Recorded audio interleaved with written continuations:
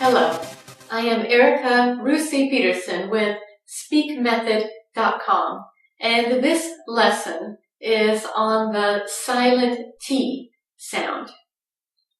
T becomes silent when it comes after N and when people are speaking informally. When we are in a more formal situation, we often put that T back.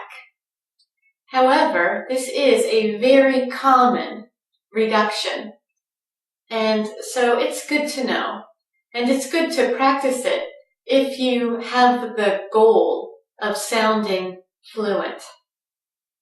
Let's practice with words from the 500 words list. There's only a few on this one. Center, listen, interview,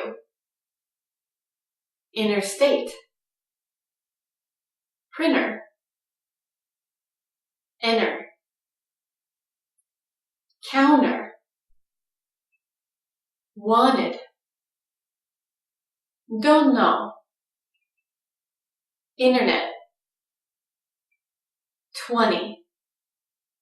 So these are just a few very common words that often have that T completely silent. I put the word listen in this list also, even though it doesn't quite follow the rule, but I wanted to make sure to include it as a silent T sound. Okay, so that completes our lesson on the silent T.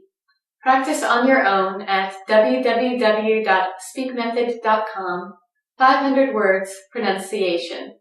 You can practice reading the list every day, and it's also helpful to use the words in sentences so that you can get further practice. Remember that you can use the 500 words list as a way of changing old habits by creating the new habit of practicing pronunciation every day. Okay, thanks. Bye-bye.